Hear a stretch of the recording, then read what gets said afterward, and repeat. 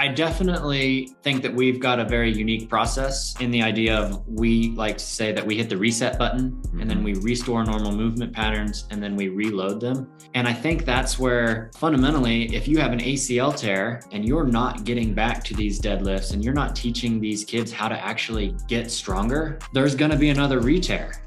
And we see that time and time again. How many ACL tears have a second one?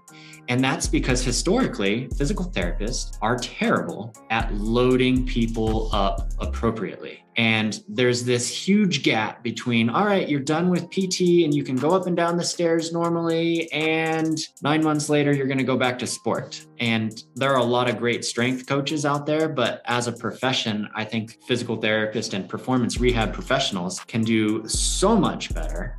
And that's where we're trying to go here is continuing to educate folks on why strength matters and why that is so fundamental.